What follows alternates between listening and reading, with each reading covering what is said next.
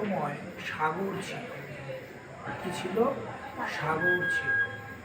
অথই সাগরে পৃথিবী ভাসমান ছিল এবং ভগবান বিষ্ণু যখন যোগনিদ্রায় আচ্ছাদিত ছিলেন তখন তার কর্ণের মূল ময়লা থেকে, কানের ময়লা থেকে দুটো ওষুধের উৎপত্তি হয়, যার একটার নাম হচ্ছে মধু আর একটার নাম কৈটব।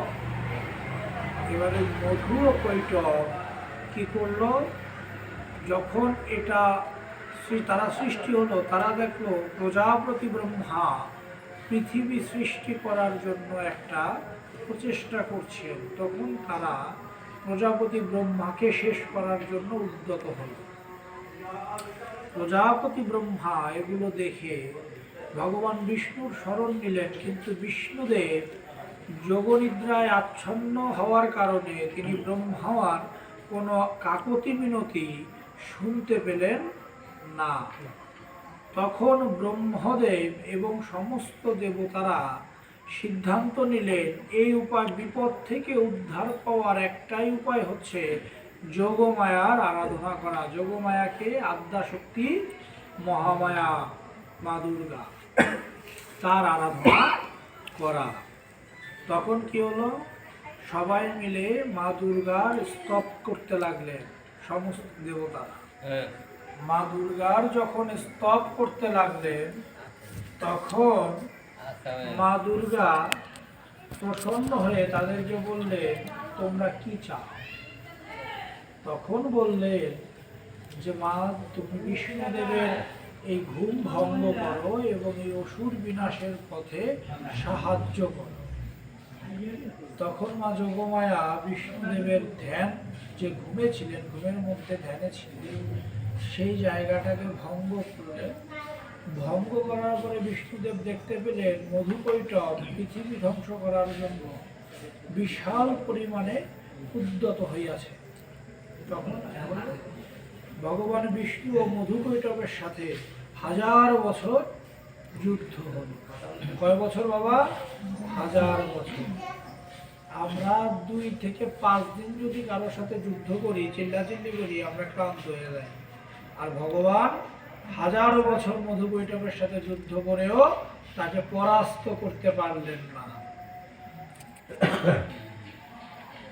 যখন পরাস্ত করতে পারলেন না, তখন ভগবান আবার যোগমায়ার শরণাপন্ন হলেন যে এদেরকে পরাস্ত করার উপায় কি।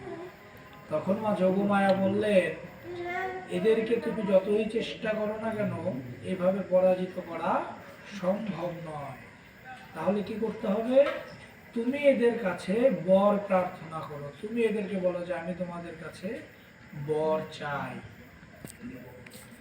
তখন মধুকৈটবের জিহ্বায় মা সরস্বতী অধিষ্ঠান করে কি করলেন, মধুকৈটব বিষ্ণুকে বললেন যে হে বিষ্ণু, তুমি আমাদের কাছে বর প্রার্থনা করো।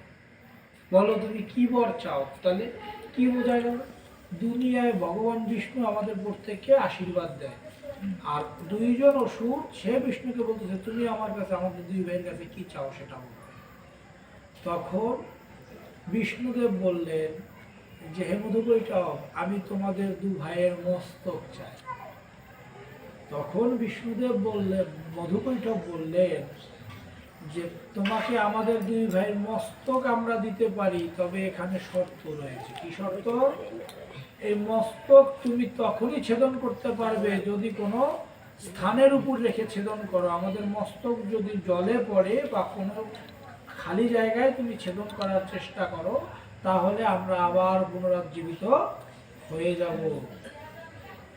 তখন কি হলো, ভগবান বিষ্ণু তার জংহা এই জায়গাটায় মধুকৈটবের মস্তক রেখে তারপরে সুদর্শন চক্রের দ্বারা তাদের মস্তক ছেদন করলেন, এবং তারপর থেকে আমাদের এই পৃথিবীর সৃষ্টি হয়। ভগবান বিষ্ণুর আদেশে ব্রহ্মদেব এই পৃথিবীর সৃষ্টি করেন।